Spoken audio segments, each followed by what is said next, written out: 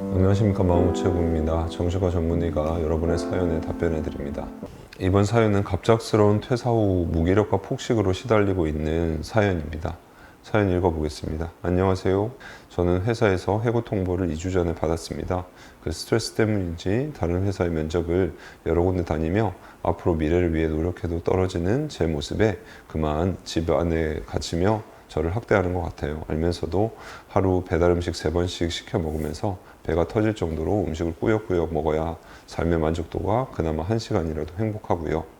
그 이외에는 그냥 누워만 있거나 고양이 사료주고 고양이 화장실 청소해주기가 다입니다. 마음은 나가서 산책이라도 하고 싶은데 뭐가 두려운 건지 점점 무기력하고 예전에 우울증 약을 먹었던 적은 있었어요. 6개월 전에 그때도 약을 먹다가 먹으면 졸리고 하루 종일 잠만 자서 끊었어요. 한 달 정도 먹다가요. 그때 우울증 약을 복용한 이유는 첫 직장에서 상사들의 텃세, 왕따를 당해서 5개월 버티다가 정신적으로 힘들어서였던 것 같아요. 부모님은 그 우울증도 못 이기면 병신이라고 하면서 저를 한심하게 보세요. 예전에는 운동도 좋아해서 하루에 1시간 반 웨이트도 했는데 운동도 안 한 지 3개월이 다 되어 가나요. 살도 퇴사하고 30kg 정도 쪘고요. 요즘은 자살 충동이 가끔씩 들기도 하는데 고독사 동영상을 보면 그래도 살아야겠다는 마음가짐을 다시 하고 이런 하루가 반복돼서 무기력하고 그러네요. 제가 잘못된 걸까요? 퇴사하고 이렇게 계속 살고 있는 저도 잘 모르겠습니다. 조언 부탁드릴게요. 라는 사연이었습니다. 사연자님은 제가 읽어보니까 짧은 기간 동안에 극심한 스트레스를 경험하셨던 것으로 보입니다. 중간에 병원에 방문하셔서 도움을 구하셨는데 약물 치료나 상담 치료를 충분히 받지 못하고 중단되는 바람에 상황이 더욱 악화된 것으로 보입니다. 게다가 사연자님 주변에는 현재 사연자님의 상태를 수용하고 지지해주는 대인관계가 거의 부재한 것으로 보이는데요. 부모님이 사연자님을 두고 우울증을 이겨내지 못한다고 욕설을 하는 것을 보고서 정말 아쉽고 안타깝다는 생각이 들었습니다. 우울증은 스트레스를 소화하는 과정에서 누구에게도 찾아올 수 있는 심리 상태입니다.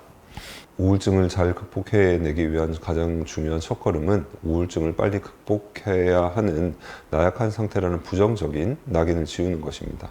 그리고 이 우울감을 다루는 방법으로서 사연자님이 선택한 폭식 습관의 기제를 이해할 필요가 있습니다. 사연자님은 꾸역꾸역 먹는 동안에는 그나마 1시간이라도 행복감을 경험하실 수 있다고 하셨는데요. 실제로 폭식은 뇌에서 세로토닌의 분비를 촉진시킵니다. 이 세로토닌이라는 것은 안정감과 행복감을 느끼게 해주는 신경 전달 물질로 잘 알려져 있는데요. 그래서 폭식은 사연자님께서 불쾌한 감정적 상태를 잠시나마 벗어나게 할 수 있는 수단과 방법이었을 것으로 생각이 됩니다. 감정을 처리하는 나름의 방식으로 폭식을 선택하셨을 것 같은데요.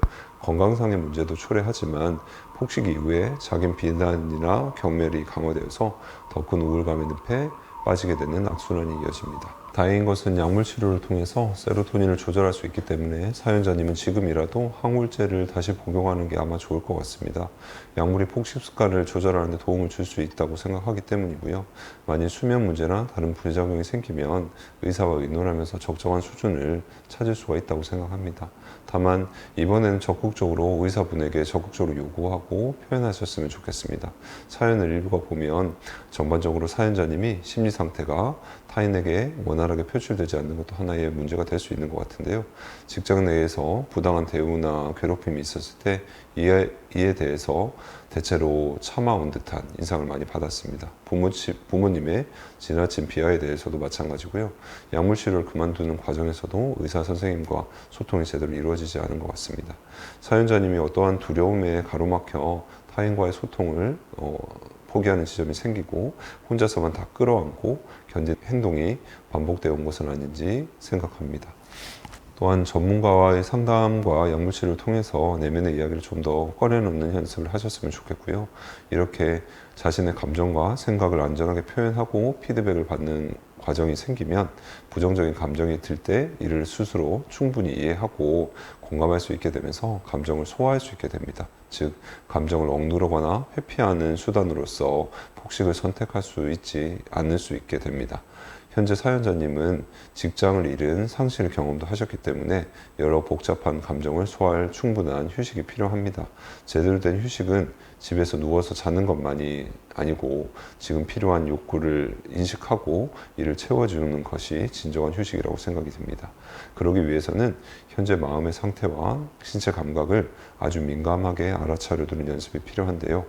예를 들면 배가 부르다는 감각도 자세히 느껴보면 80% 정도 배가 찼는지 아니면 50% 정도 찼는지 120% 정도 완전히 과식을 했는지를 알 수 있습니다. 마음 상태도 마찬가지입니다.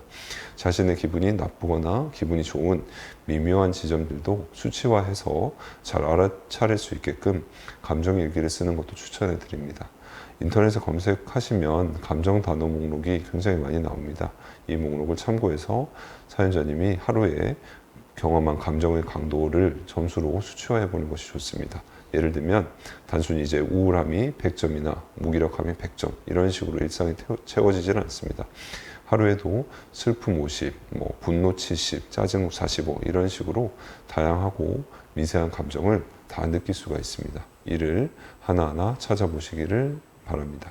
그래야 감정에 대한 자신의 반응을 스스로 납득하고 공감할 수 있게 됩니다. 부정적 감정뿐만 아니라 긍정적인 감정도 미세하게 구분하고 이해하는 작업을 할 수 있습니다. 예를 들면 나는 A라는 행동을 할 때 설레고 기분이 좋아져. 나는 B라는 행동을 하면 불안이 조금 가라앉아. 이런 식으로 기분을 좀 더 좋게 하는 행동들을 분명히 알 수 있을 겁니다. 애완견 산책이나 운동 같은 것이 이런 예가 될 수 있을 것 같은데요. 사연자님이 하나하나 리스트를 늘려가다 보면 부정적 감정을 다룰 때 아주 좋은 대처 행동이 됩니다. 폭식 이외에도 건강한 선택지를 만들 수가 있게 되는 것이죠. 앞으로 사연자님께서 적절하게 도움을 받고 스스로 감정을 잘 돌보신다면 무기력의 늪에서 차근차근 빠져나올 수 있을 것이라고 생각이 됩니다. 진심으로 응원하겠습니다. 감사합니다.